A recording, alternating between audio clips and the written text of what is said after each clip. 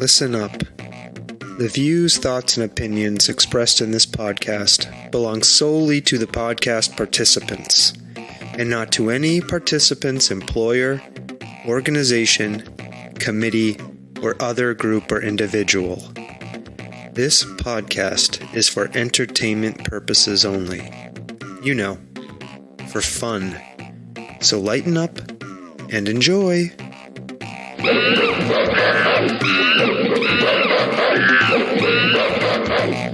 Stomping Jen. Is this fun? Hello. Hi. How you doing? Freezing. I'm sorry. Do you know who's on the show this week? Me? You. You're the guest. Very nervous. I'm going to be interviewing you. I don't know what that means. Having a conversation with you about your art. Mm-hmm. I didn't know this. You're a collage artist. What do you mean you didn't know this? Whose work lives in the intersection between visual images and the written word. That's how you describe yourself. That's true. And so we're going to be talking to you about your current project. Yeah. The Way Out is Through, which is on display at the 50 Arrow Gallery in Easthampton, Massachusetts. Okay? These are all true statements.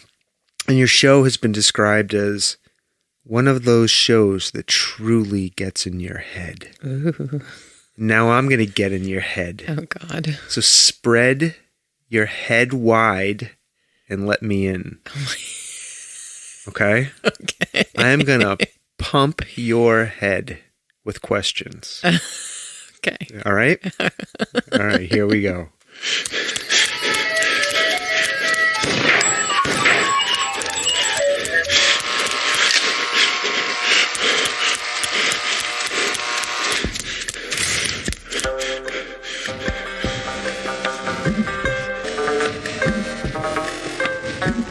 Soft Serve Podcast. Creamy, delicious ideas without the creepy truck. Now, Stomping Jen, I don't have a co-host to sing to. You're not my co-host today. Okay. You are here as a guest, as I said. I have nobody to talk to. I'm looking at an empty chair. No one to jump in on the Zoom. No one to jump in and remind me of when I miss something or to clarify. I'm on my own as a host. No co-host. Don't worry. I can pull double duty. How are you doing? I'm okay. I'm cold. Yeah, you said that already, but let's talk about you. Aside from being cold, how are you doing? I'm okay. Yeah? Yeah. Anything going on you want to tell us about in your life? This is very awkward. I'm interviewing you as an artist. I know. I don't know how this works. What's going on? How you been? As an artist? Is that what you're asking? I'm asking you as a person. How have you been? As a person? I'm great. We got to see Pussifer last night. What's that? It's a band. Was I there? You were there. You were there. And you were there. Yeah. And you were there. Pussifer. Mm. What's that? Tell me about that band. Ugh. How do you describe them? So people who have been listening for a while know that I really enjoy Tool. Okay. And more specifically, I'm a fan of Maynard James Keenan, who is the lead singer of Tool, and his voice. So he's also the lead singer of A Perfect Circle, and Pussifer is his solo project. And Okay. it's more performance. It's music also, but he's made it into like this whole like world with characters, and the songs are not really reflections of that, but he uses them in the performances to kind of bring some of the concepts to life, which is fun and exciting. Yeah, it was a good show. A very visual show. Very visually focused. Lots of graphics and videos. And aliens. There were aliens on the stage at the show we saw last evening. Yeah. Yeah. Is part of the reason you like them because of all of the visual stuff that Pussifer does? You're an artist. You're a collage artist. We mentioned that in the intro. That's right. So I got into it because of the music. And then I just started listening to more and more of it. And then, it started as a project for him. He put on some shows in Vegas, and then it turned into like a thing. Like he had a rotating cast of people around him when he started it. And then, there is a visual component because he puts out videos, and the videos like tell a story, and they have a whole storyline with these characters. Interesting. Yeah. So it's just an interesting thing that not a lot of bands do. Do you listen to Pussifer when you do art? Sometimes. I don't know if it has a specific creative connection for you as an artist. No, mainly I really just like listening to Maynard sing. Okay. Yeah, I think he has a really nice voice. You described it as angelic last evening. I did. That's what an angel would sound like to you? I don't know. What is an angel anyway? It's a good question. Do you believe in angels? No. No, you don't believe in any kind of supernatural beings? Yeah. I'm not such a... Yeah, I'm more of a see what's in front of you kind of person. Okay.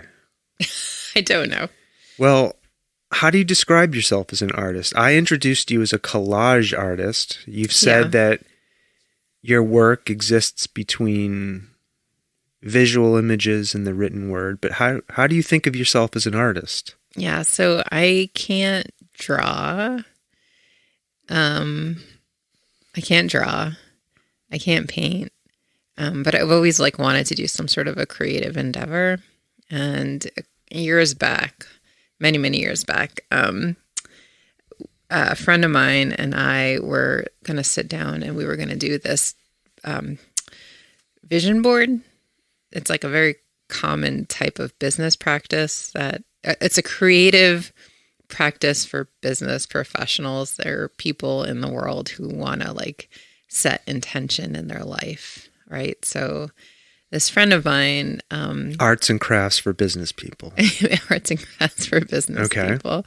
So under this pretense, a friend of mine and I decided we were going to make some vision boards. And so we bought a bunch of magazines, and he came over, and we started our respective vision boards. And I just started pulling things out of the magazines and, just things that spoke to me, imagery that really I felt whatever for the vision board.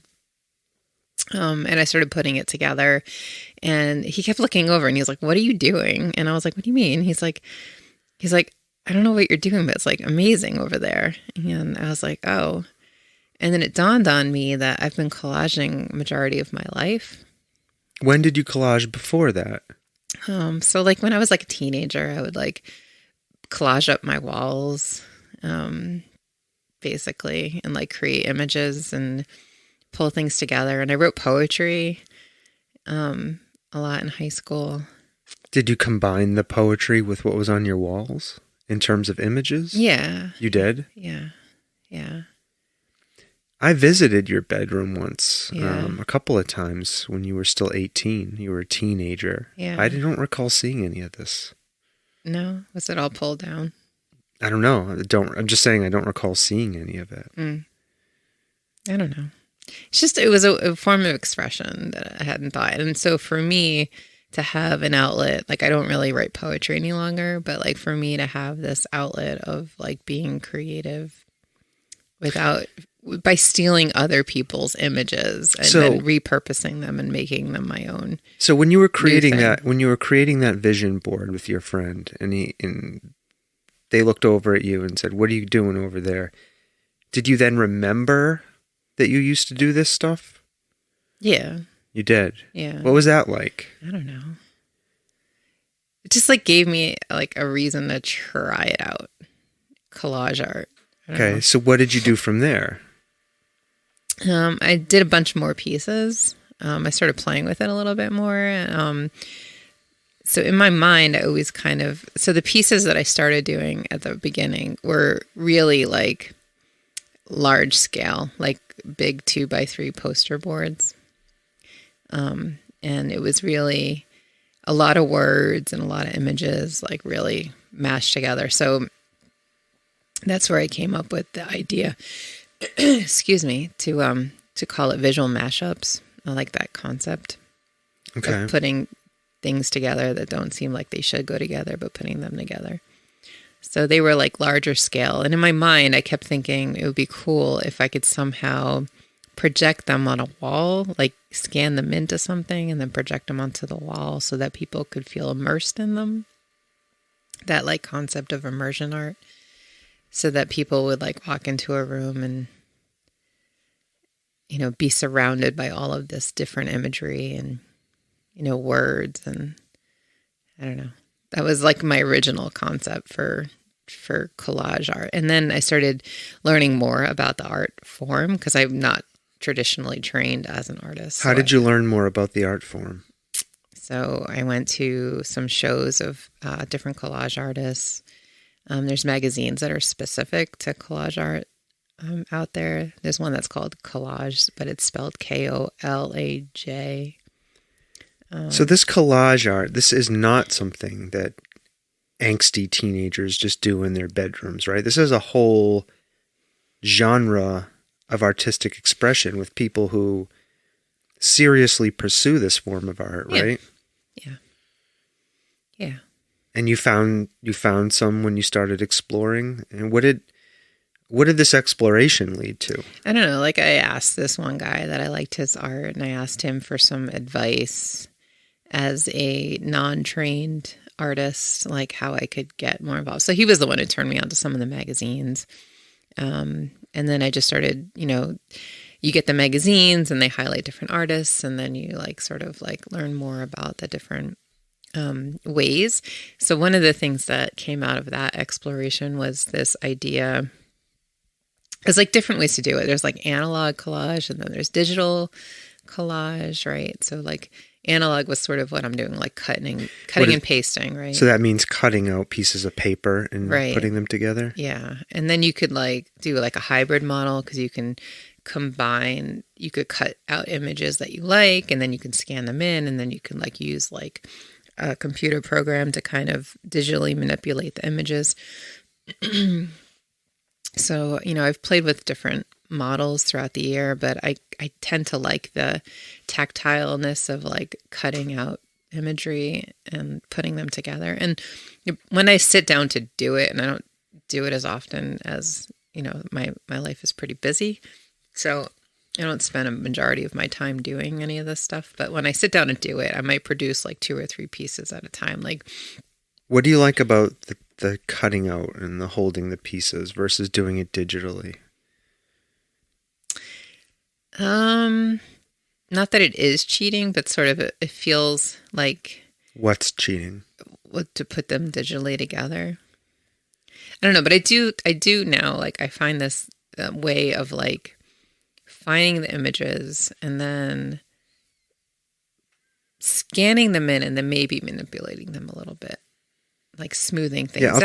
I'll ask you about your process in a little bit, but I'm just curious.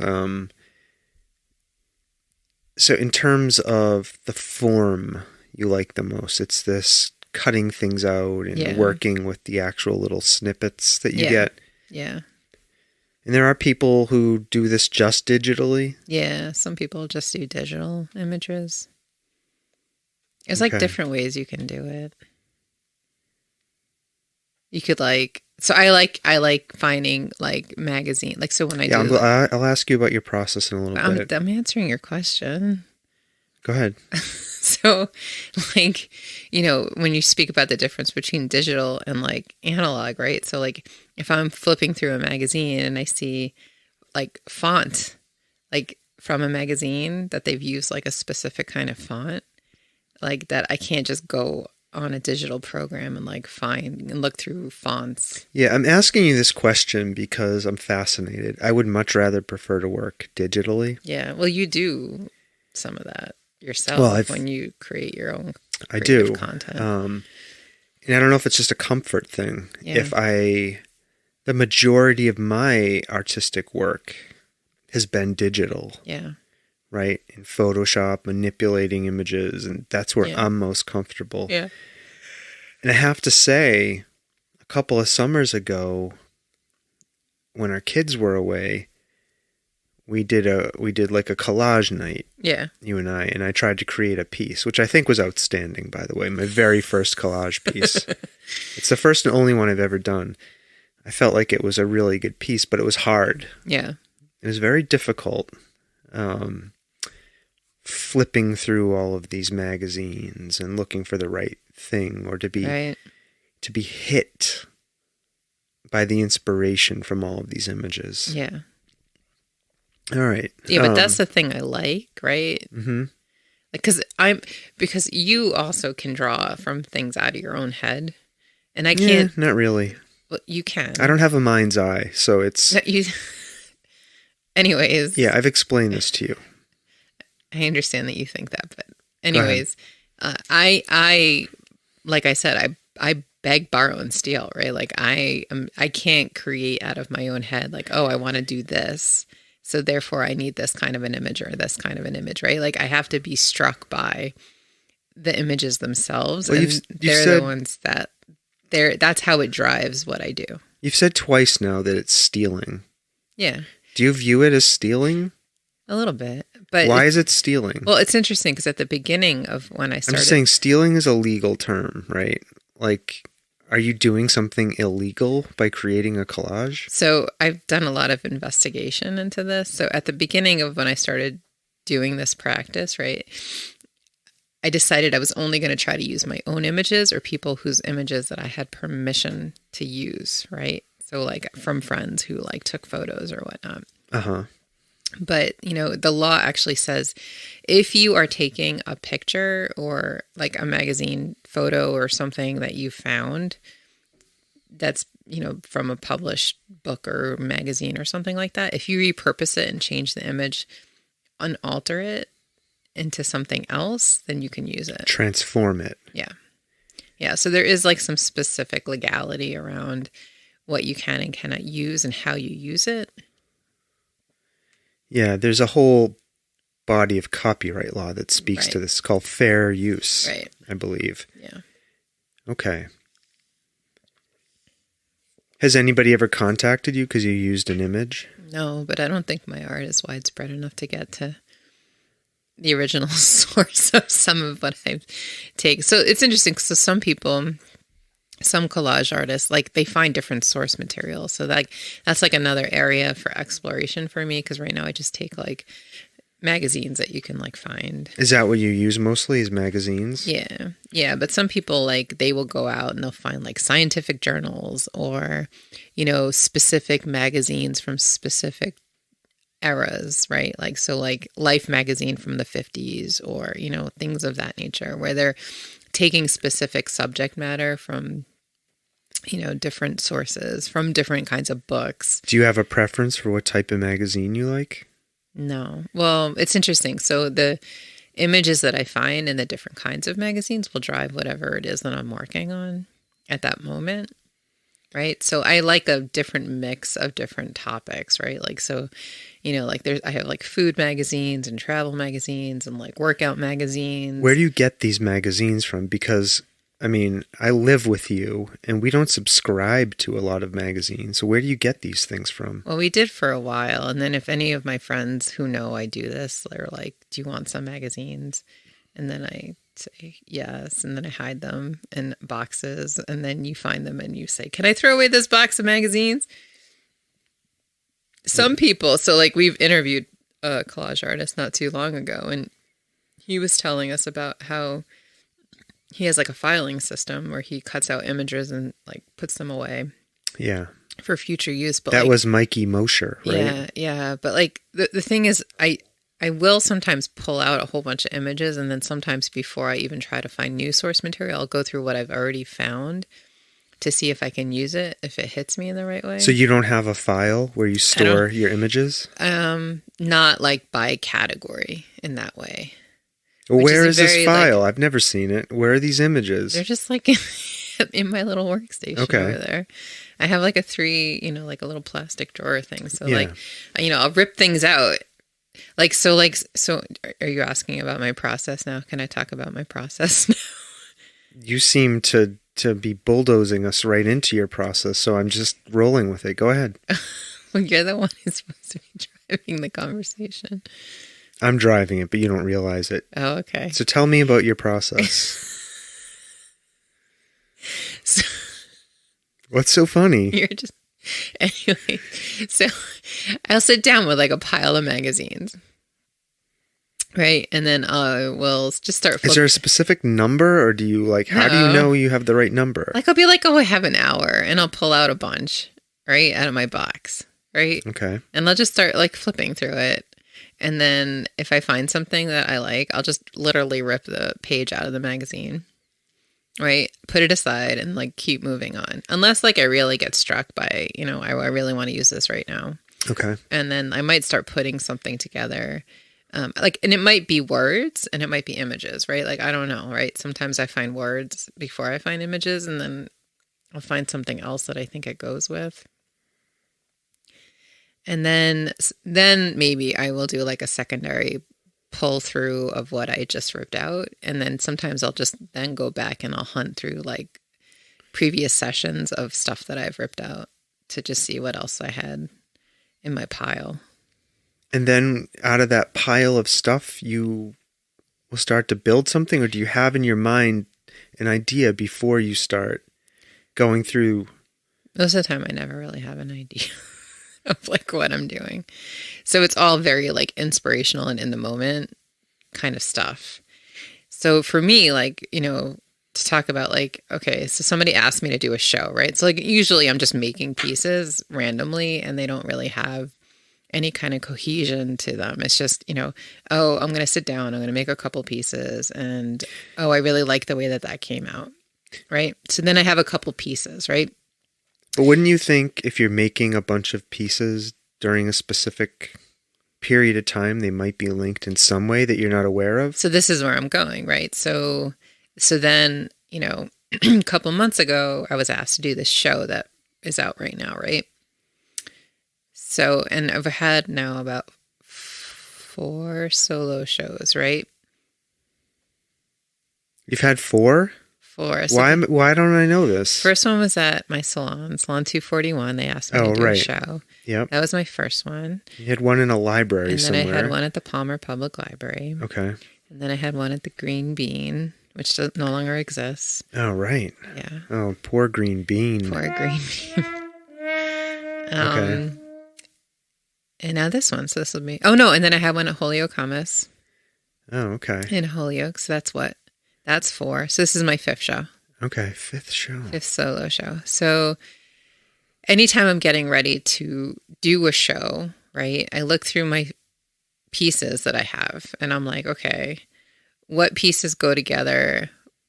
What do I want to say about these pieces to pull it into like, an actual like framework of like what I'm doing. So like for the Palmer show, which was the second. So the first show I did was just like, here's a bunch of pieces on the wall. I didn't know how to frame. I didn't know how to hang. I didn't know how to do anything.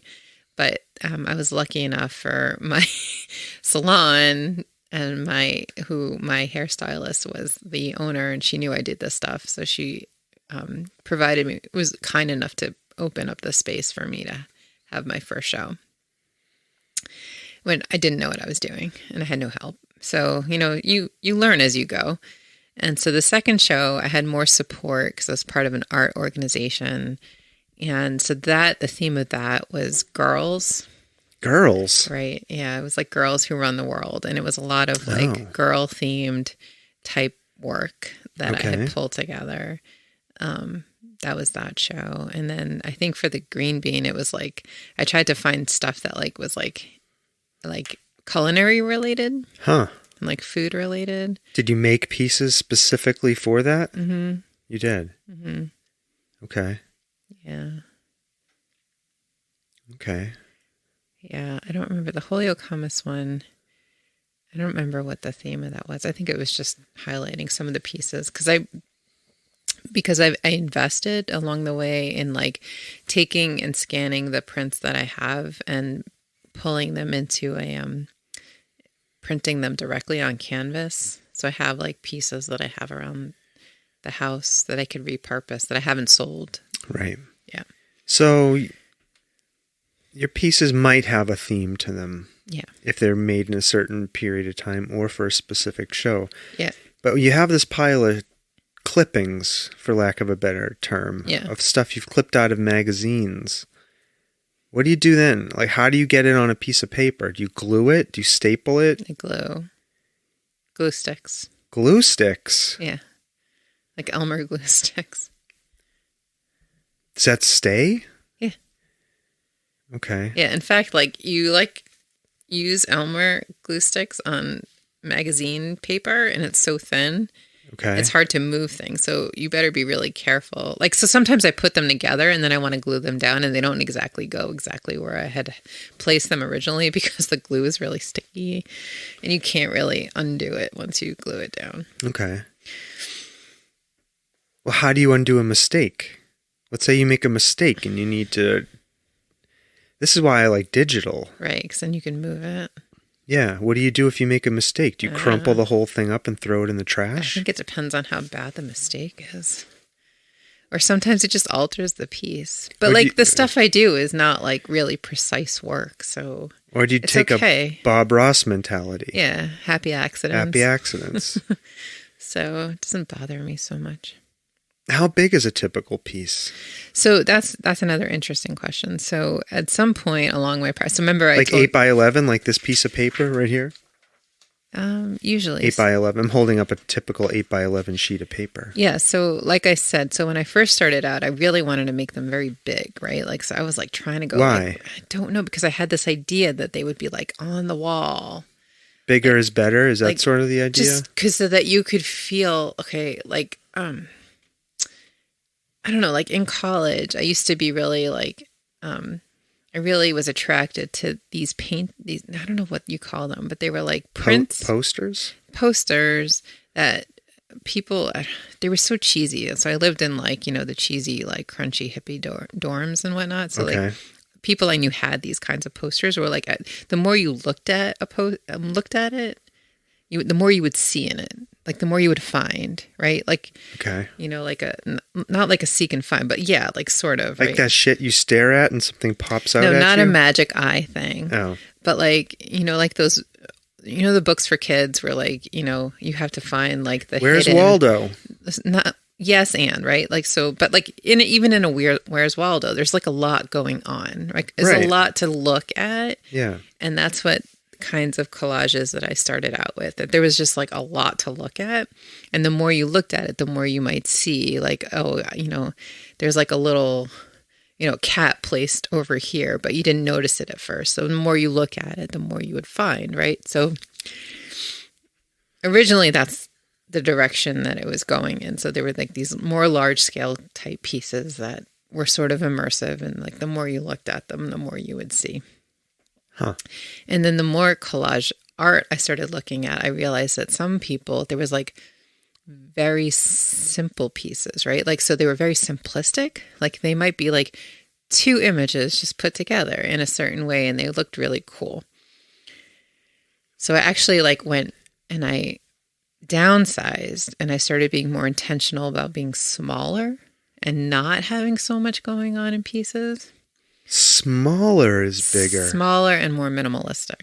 Smaller. Because it has a little bit more impact if you can get it right, if that makes sense. How do you know you have it right? I don't know. I just know when it's done. What's that feeling? You're looking at it. What is it? Oh, it's done. I like the way it looks. You say that to yourself? Yeah. You just feel that it's done? Mm-hmm. Yeah, do you maybe try to add something else to it, and you're like, this doesn't belong here. Yeah. It's done. Yeah. What do you do when it's done? Do you shellac it or something? Like, how do you preserve it? What do you do? Put it inside of a book? Yeah, I have a book. I have like a little portfolio book, and I stick them in there. And then more recently, with less time and like more, so I've been, we had a scanner. As a smaller scanner, and it doesn't really work with my newer computer. Right. And so you had suggested to use Adobe Scan on my phone. Oh yeah. Does that work? It works good enough. Okay. But that's where this idea that we were talking about earlier about like smoothing things out a little bit digitally, I can do that in the Adobe Scan because it has some like little like sharpen it here or, you know, change the coloration here or crop it out or do a little bit of digital manipulation to it before I like transfer it into like my digital files. So when you do a show, right, like the ones you've told us about, the ones in the past, and then your new one, which is called The Way Out is Through, a reflection on the time of COVID. You're not showing the originals? No. They're reproductions of some kind? The originals are pretty rough. And in some cases... But don't you think people would want to see that? I don't know. Like, I would be interested in somehow, like, seeing the originals in their form. So this specific show, I don't want to talk about that show right now. I'll talk to you about that in a minute. But I was going to tell you why. Go ahead. You don't want to Are you interviewing yourself now?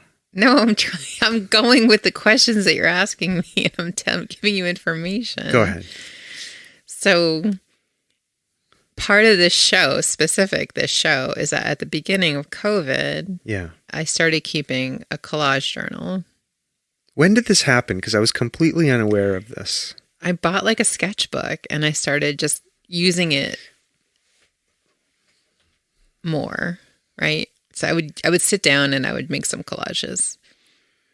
So that was the inspiration for creating a COVID reflection show, because I had all this COVID journal stuff. But because I did it in a book, it's like really shitty, right? Like, so like it was glued down onto paper and it's not like a presentable piece that anybody would be interested in looking at. I could bring it to the show. Well, back to what I was just saying to you, like as somebody who's interested in process, as an artist, I would be interested in actually seeing the original thing and then the installation or the exhibit and what was done with it and how they were changed. Like, that's interesting. Okay.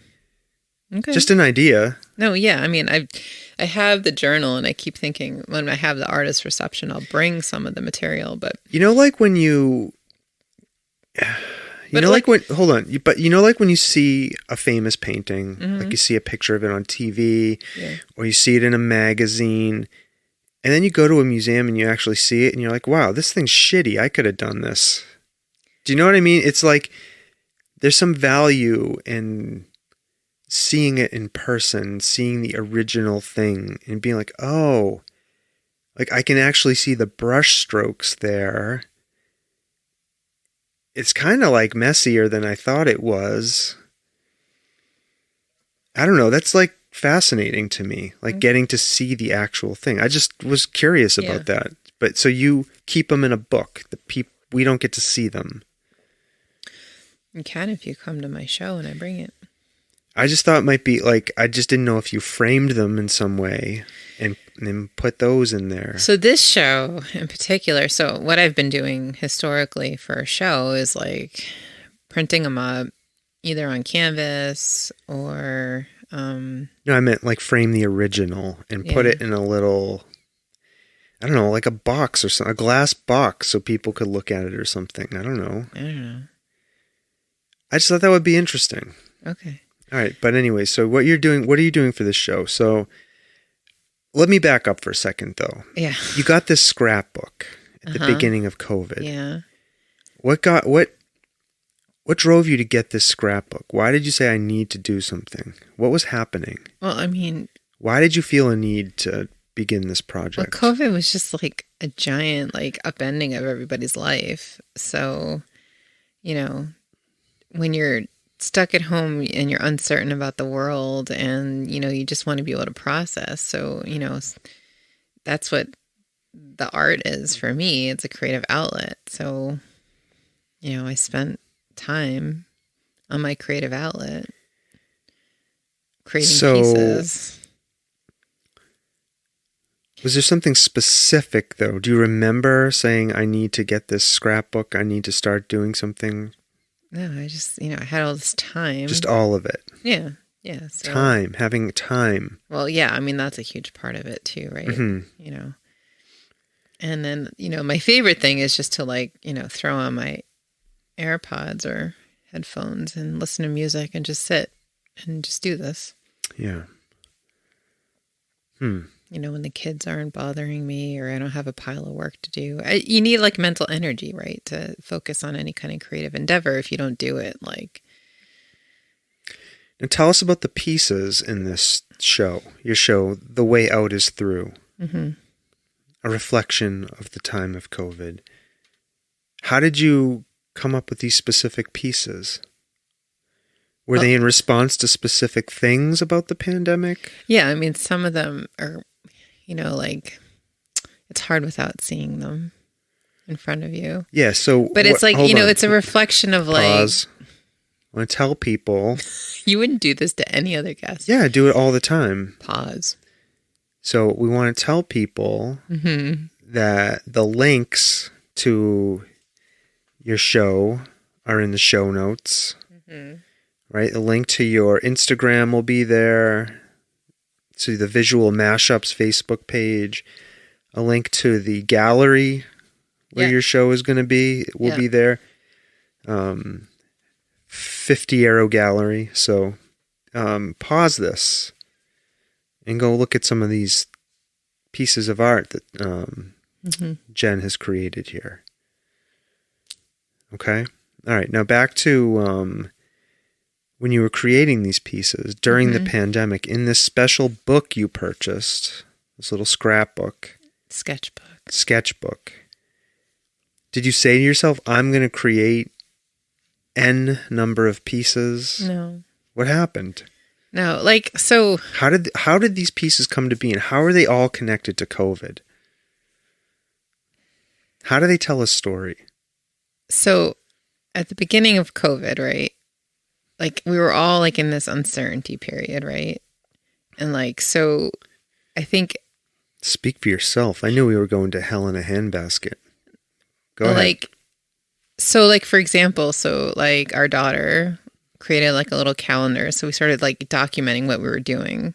Right. Every day. Right. And I think a lot of that documentation mentality of, like, oh, we're going to be out of school for 3 weeks or whatever, you know, and everybody was in that period of, like, we're in this together and stay home and quarantine and, you know, all of that kind of mentality and all of the trauma that we've all been having gone through in the last couple of years over COVID, right? So using that idea of journaling, I wanted to do this COVID journal. Like, I was like, I want to go through like some of what we're processing in real time.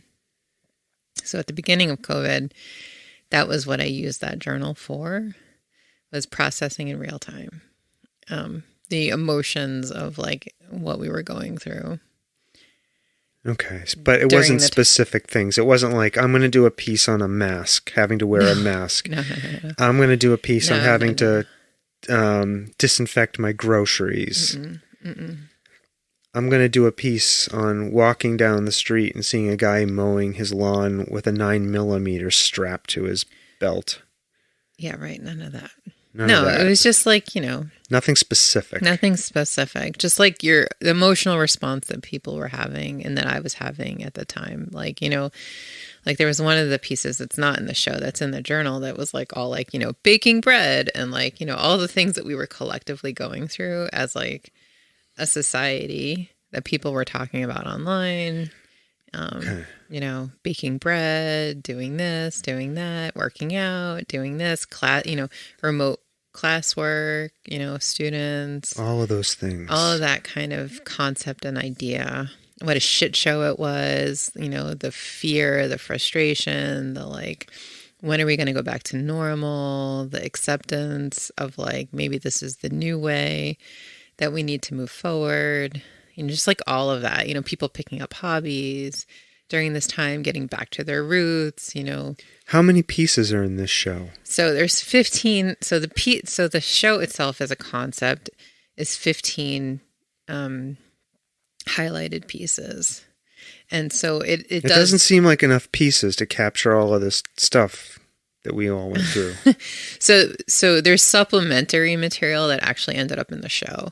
So it was interesting because I was like, okay. So when I was asked to Supplementary? What does that mean? just like pieces that weren't the 15 pieces I wanted to highlight as like, these are the pieces for the show. I don't know. Does this make sense? It all kind of came together. Okay. Because so what ended up happening was I was asked to do a show, right? Okay. So I knew I wanted to do this show about COVID. Right. Because I wanted to base it on the journals. Right. By 50 Arrow Gallery, they approached you. Yeah. So then I felt like I needed to finish out that thought. So I wanted to make some new pieces, and I thought like, okay, having a reason to have a show and like to work towards a show will inspire me to make some more. It'll give me the motivation to like create some more pieces. Right. Okay. So I did that. I created a bunch more pieces for the show. Then I looked back through what I already had in the journal. And in the around, COVID journal. And during the, around the, throughout the time that I had all these pieces that I had created. Okay. Does that make sense? Yeah. I'm still hung up that there was a secret journal I didn't know about. It's not a secret journal. You've seen me working on this stuff before. But I didn't know it was in a secret COVID journal. It's not in a secret anything journal. It's like right there. And now there's a show. What other secret journals are there? Oh my God. Is there a relationship journal? Not only that, I showed it to you. So it's not even like... Is there a marriage collage journal? Will there be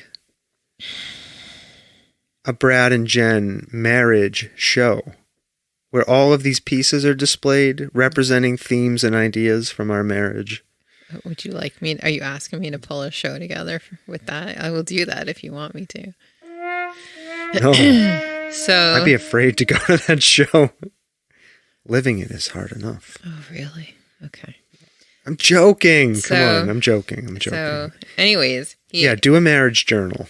So he asked me to do this show. Yes. I created some new pieces, and then I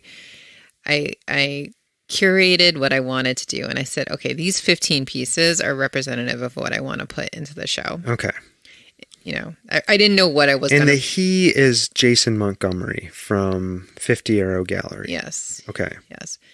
So, all right. So I said, okay, I have 15 pieces. This is what I want to go with. I laid them out on a table. I said, this is what it is. It takes you on like a little bit of a journey from like the uncertainty at the beginning to like, how do we move forward? And then like, where we are at. Right. So that's why the title of it is The Way Out is Through. Right. That was the whole concept. So then I brought the pieces. I printed them out on my laser printer over here. Right. And I took the pieces to the space because I didn't know how to use the space. Right. So part of like putting up a show. So putting up a show was like more involved than like, oh, I have these pieces. Right. Then you have to decide what you want to do, how you want to display them, what kind of framing you want to use if you're going to go that route, which is expensive, by the way. Right. Yeah. And so you have to decide what your budget is for the show and like what you want to do. So I took my 15 pieces to the show, to the space. Right. To kind of think about how I wanted to display them. And so when I was talking with Jason, he's, I mentioned I really like the idea of projecting onto the wall. Okay. So he said we could do that, put what you want on a projector, on a flash drive, and then we could just rotate through the images, which is extremely cheap for me because I have the digital files, right? So I don't need to worry about printing. So I could go beyond the 15 pieces, which is where that concept of having supplemental pieces came into play. Because I didn't need to have the expense of printing up things, right? So that's the digital display. And then he had this amazing idea, which I totally glommed onto because I'm a huge fan of street art. If you don't know after listening to the show for quite some time. Right. By street art, you mean stuff like murals, graffiti. Right. That kind of stuff, right? Right. Yeah. And I'm like a huge proponent of like, large scale kind of impactful kind of ideas, which I talked about earlier, right? Yeah. Like this idea of like having an immersive thing. So he said, he suggested that I could do an entire wall and just make cheap printed copies. Like 8.5 by 11. Just like, just cheap, go to the, take one print, take it to the copy machine and like run off a whole bunch of them. Go to Kinko's. Right. And like do up the whole wall with the pieces, right? So I love that idea because that's exactly like the kind of impact I wanted. Now, color copies are expensive, but black and white are not. So when I went to the copy machine, when I went to Staples to do this work of copying all the things, I realized I could do a lot of them in black and white, but I could pop a bunch of them in color. Okay. And so that's what I ended up doing for that. And I actually added in, beyond the 15 pieces, I found there were 22 pieces that I ended up photocopying that for whatever reason I didn't put into the 15 highlighted pieces. Right. So you walk into this gallery. Yeah. And all of this stuff is in this space. Yeah. And then the projections, this wall of cheap copies. I hope the projector ended up, he needed to order a new bulb. So I'm hopeful that it will be up by the time the show is. Well, let's mention that. I mean, we're releasing this the week of your show. Yeah. So, I mean, the show is up. The installation is there, but we're having the artist reception on July 1st, 2022. Yeah. If you're listening to this afterwards, how long is the show going to be up for? Till July 14th. Until July 14th, 2022. If you're listening to this after that, too bad, so sad. You missed the show, but you could still see Stomping Jen's art. Yeah. At any of the links that I'm going to be posting in the show notes. So go there. But, all right, so you walk in there, all the stuff is up there. Now, what about, now I know I helped you with the 15 pieces. I didn't tell you about the statement piece. Well, tell me about this. What, the statement piece? Yeah, so then I sat down to pull the entire thing together. Yeah. I wanted to write up something about the pieces, right? Like, what is this show about, right? Like, it's not my artist statement. It's like the statement of the show. So I sat down to write it, and it turned into like basically a poem. A poem? A poem. Okay. Basically, that's what it came into. So I printed that up large scale also. We blew it up, and then that's on the wall. So people can read it, and then they can look and feel the imagery, and then hopefully, you can take away what you want, but my hope is that it portrays that, like, the feelings, like it takes you on that emotional journey of like, being in the time of COVID. And that was an emotional journey for you. I think it's an emotional journey for everybody. Well, not me. I don't have feelings. That's not true. Right. Should I read your statement? Sure. This is the statement. Let me pull it up here. Let's see if I can make this a little bigger. This will be at the show. You can come in here and you can read this yourself. But I see in this picture I'm reading from, it's surrounded by all sorts of images. All right. The way out is through. A reflection on the time of COVID. Should I do it in a voice? You have a voice. Your voice. Or do you want to read it? No, you can read it. It's fine. Wouldn't it be better if you read it? Well, give it to me then. Here, you read it. It's your words. You wrote it. Excuse me. Go ahead, read.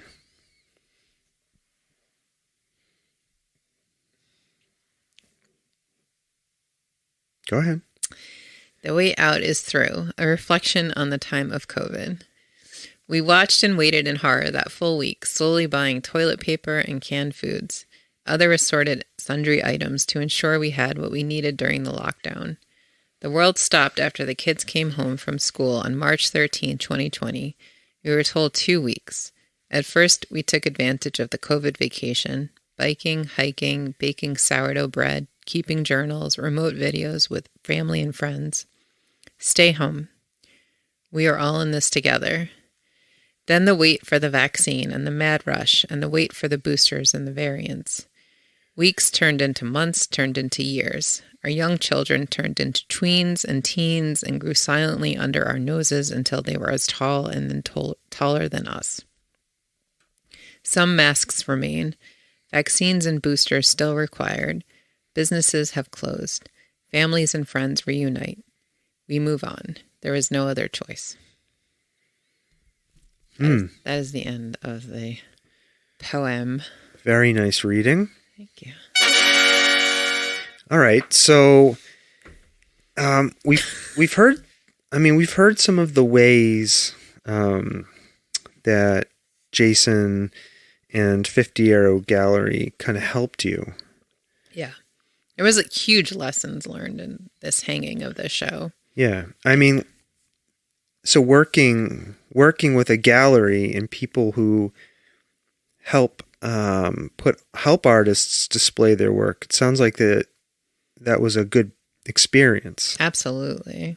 Yeah. Yeah, I learned a lot in pulling this show in particular together. Because before, I never really had that kind of support. It was just like, hey, would you like to put a show together? And it's like when you're just making art and you're not classically trained in any way, shape, or form, which you get that kind of support if you're going through art school or whatever, because you have the opportunity to pull together shows and you have people to help you with that. But if you're an entrepreneurial artist like myself. Yeah, I mean, there's an element of collaboration to that, right? Absolutely. I think people often think that artists, maybe some of them do this, but lock themselves in a room and don't work with other people at different points throughout the creative process.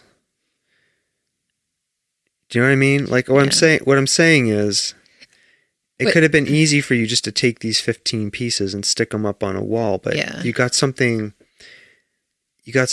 bigger that is saying more at a different scale because, you were able to set aside your ego and work with other people.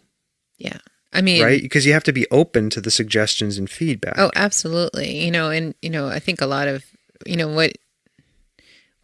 some people can come into a room like that and just have a vision of how they want things to happen. But when you're creating things and sticking them in a book, I think it's a lot different. Especially if you don't have your own studio space or a way to play with the space that you want to display things in, and it's hard because like I said, creating prints is expensive, and then framing those prints is expensive, and there's a lot of work that goes behind a piece of art, right? You can paint a piece of art, and then if you want to do anything with it, it costs money. That's why art is expensive. That's why you should pay money for art.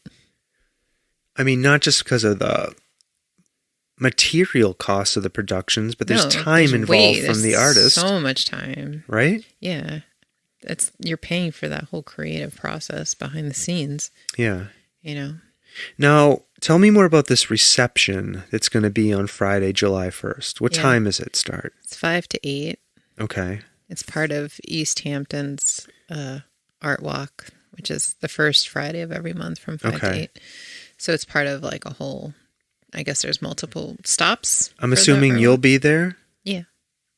What will you be doing during this reception? I don't know. Talking to people about my art. I think they're partnering me with a poet. Will there be refreshments of any kind? I don't think really, no. Oh. I was hoping for refreshments. I think we could if we had it on the hallway. Oh. I'm not sure. I got to get some more information about that. All right, but you shouldn't come to an art show just for refreshments. No, because it's about looking at the art. Right. So this isn't a wine and cheese affair. I don't think so.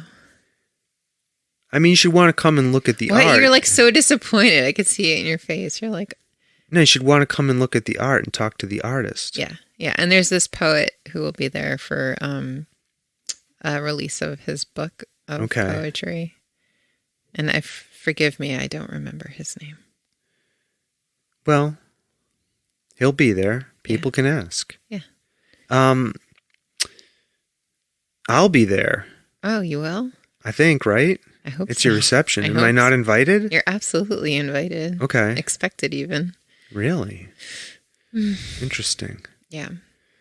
All right. So come and see the show, please. Yeah. You have a few days to see you. Prepare. And again, if you're listening to this afterwards, go check out this stuff online. Yeah. There'll be pictures, I'm sure. Okay. Who inspires you as an artist? Where do you... I just get inspired by other artists. Like anyone? Tons of artists. You just want me to say you? No. No. Mm-mm. No. I mean, I have like specific artists I really enjoy looking at their art. Yeah. Which we have around the room, which is why I'm looking around. Yeah. But there's so many amazing artists out there. And I'm sure there's more that I haven't even come across, but I really like the concept of like street art and mural art and, just, I don't know. It's, for me, it's a visual aesthetic that I hit upon an artist and I just like really, really, really like the way things look. And it evokes something. Are you going to stay with collage? I can't do any other kind of art. I've tried dabbling in like using paint in some of my art or like markers. Like I'm really into Sharpie art, but I'm terrible at it. Like outlining things. And I really, there's a collage artist that I found on Instagram that I find fascinating. She took a magazine, like a beauty magazine, and she collaged the whole magazine page by page. It's like a very interesting process. So she used like things like washi tape and washi tape? Yeah. What is that? It's like decorative tape that you can stick on things. And like paint markers and whatnot. It's just very interesting.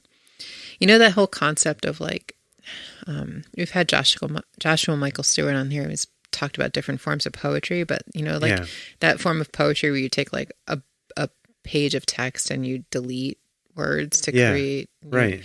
Like, is it called blackout poetry? I forget. Yeah, sure. Okay. But like, this is sort of like what she's done with a magazine, right? Like she's like edited the whole magazine to create like a book of art instead of like a fashion magazine. That's interesting. Which is a really cool concept. And I'm actually intrigued by it and I might want to try it out sometime in the future. All right. So you're going to keep pushing boundaries. I get inspired by other collage artists too. Right. And there's another person I found. She takes like a book and she cuts out the like middle and then collage. I don't think I could ever do anything like that. But like, why don't you think you could do anything like that? It seems very the technicality of it seems really complex, and I don't think I have that capability. You just have to learn. I know. I don't have anything technical is just a skill that you have to learn.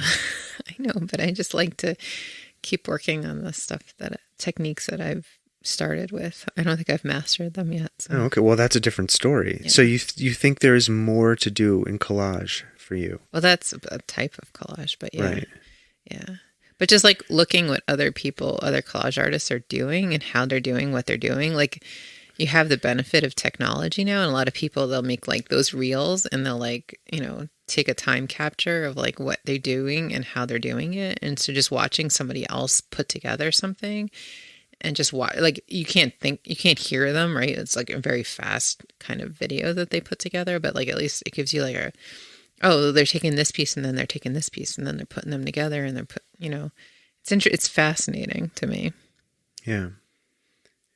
You should do some time lapse. You have to learn how to do it though. It's a technical skill. Ugh. Right? You have to learn how to do it. How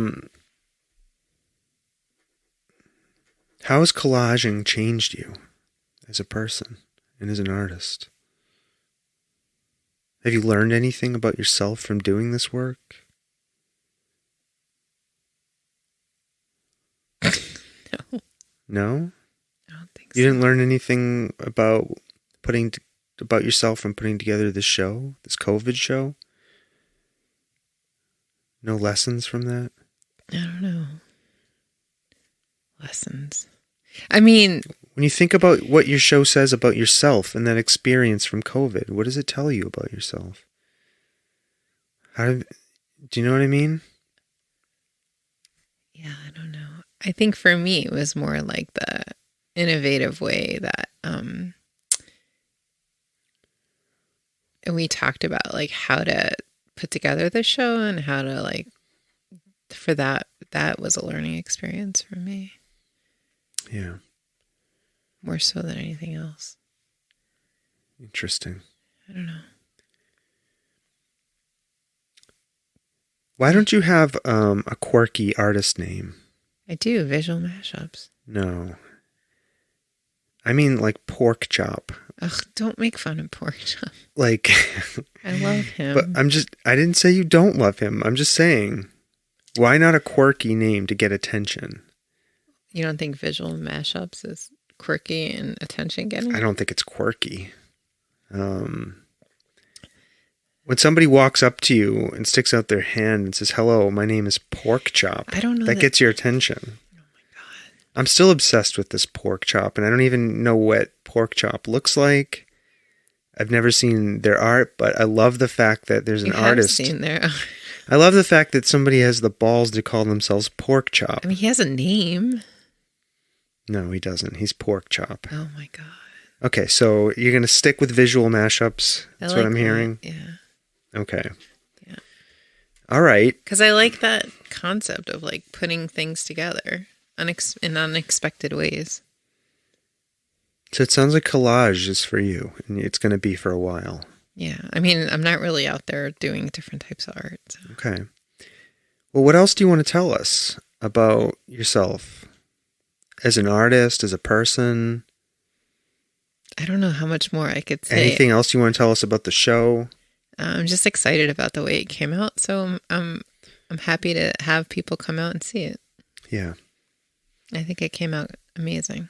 Okay. So let's remind people, July 1st, 2022, 5 to 8 p.m. at 50 Aero Gallery in Easthampton, Massachusetts. Yep.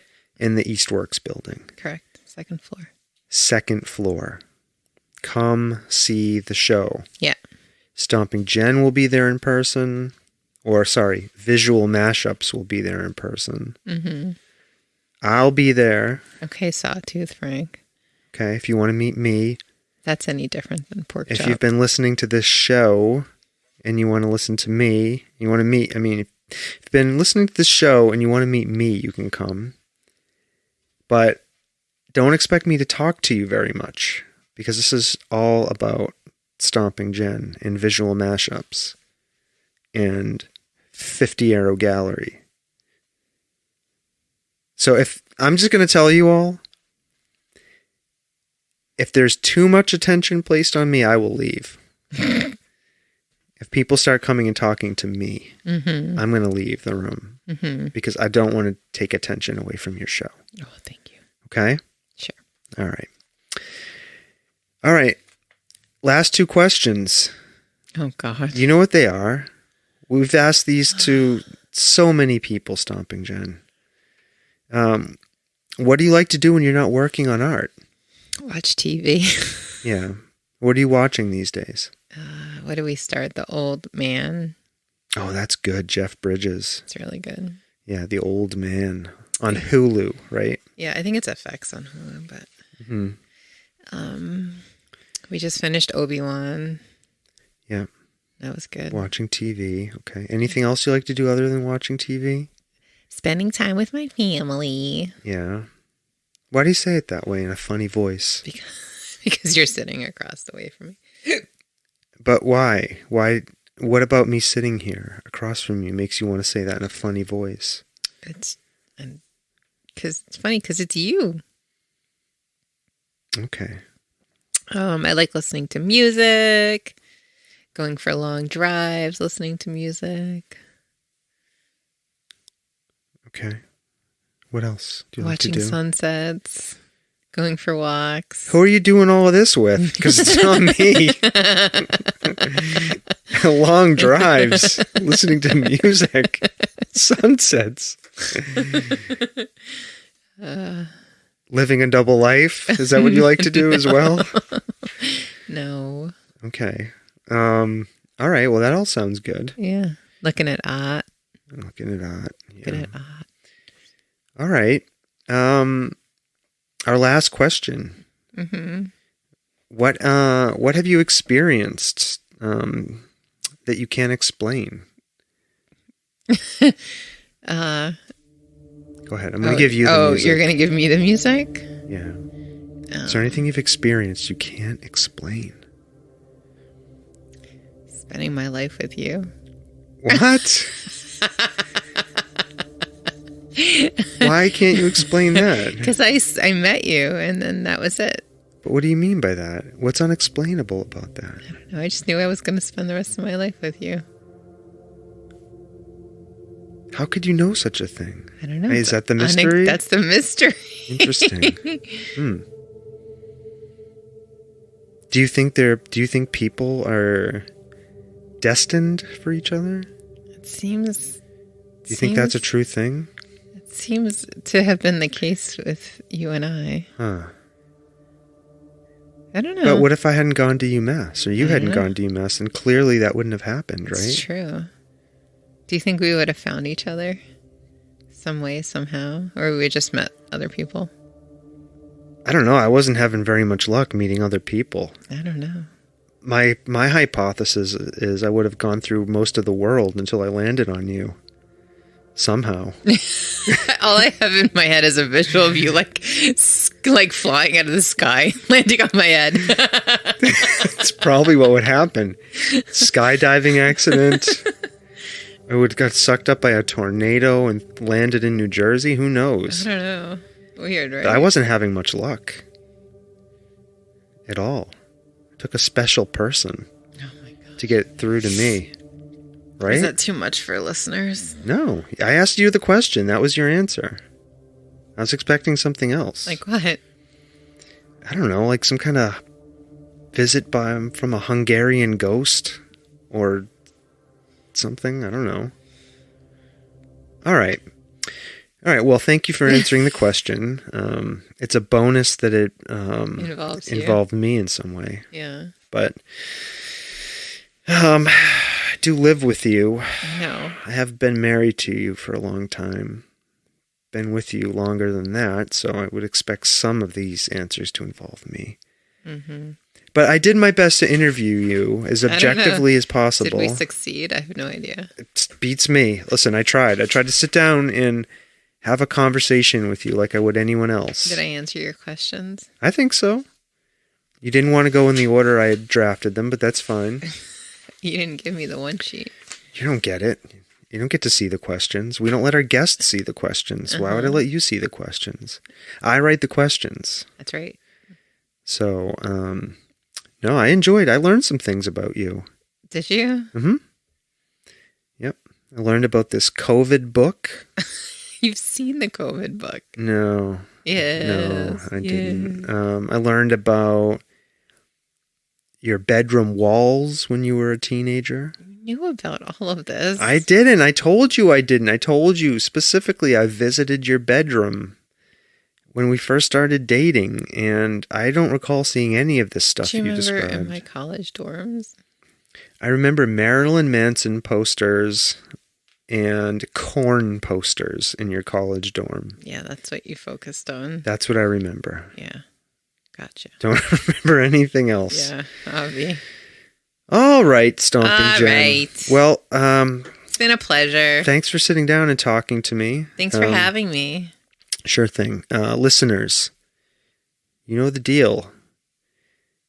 Subscribe to our podcast. So if you're listening to this for the first time, right, the Soft Serve podcast, subscribe, download our episodes. If you like what you hear, one thing you can do that will help us is leave us a nice review on Apple Podcasts, okay? That always helps. We got one recently, a few months ago. So would love another one, okay? I'm still the guest. Yeah. You want me to help here? Oh, sorry. I'm waiting for you to chime in. Oh, boy, this isn't going well. Hold on. Let's see if I can do it. Subscribe, download, leave a review. Tell a friend if you like our podcast, right? Tell a friend.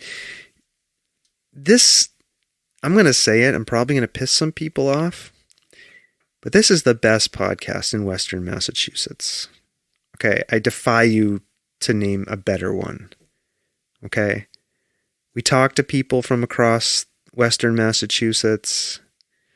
We bring you interesting and fun conversations, right? This is local content produced for you. And beyond, too. It applies to you beyond. Because if I reference something that happens here in Western Massachusetts, I give it context and explain it. So this is for everyone. Why was I talking about this? I don't know. You're going down a hole. Do you want me to put my co-host hat back on to help curb you back into reality? Yeah, I'm lost. Please. I've lost myself in my own brain. If you want to be on our podcast. Oh, right. Please check out our website. Yeah. And there's a content form on our website, and you can fill it out. And you, too, can be a guest and sit here awkwardly while you're being interviewed. Yeah, you can listen to me, and I'll ask you questions. Mm-hmm. Anyways, you can support us too. We have a donate button on our podcast. So if you want to throw some money, this shit isn't free, by the way. We provide it to you for free, and we will continue to do so. But, you know, if you enjoy what you're listening to, throw us a little money. How's that? It's great. Anything else? No, I think that's it. Connect with us on social media. Do all the stuff. Do all the stuff. All right, Stomping Jen. Yeah, well, it's been a pleasure. Thanks for joining me. Thanks for making me think about my art. Okay, pleasure. So everybody, bye now. Bye now.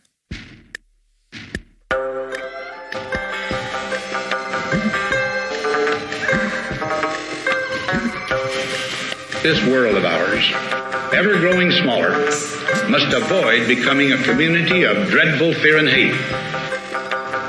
Those who have freedom will understand also its heavy responsibility.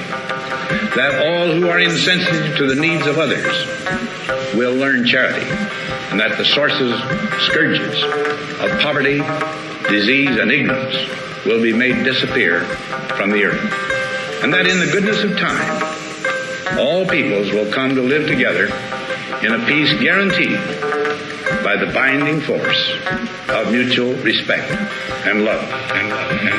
I shall never cease to do what little I can to help the world advance along that road.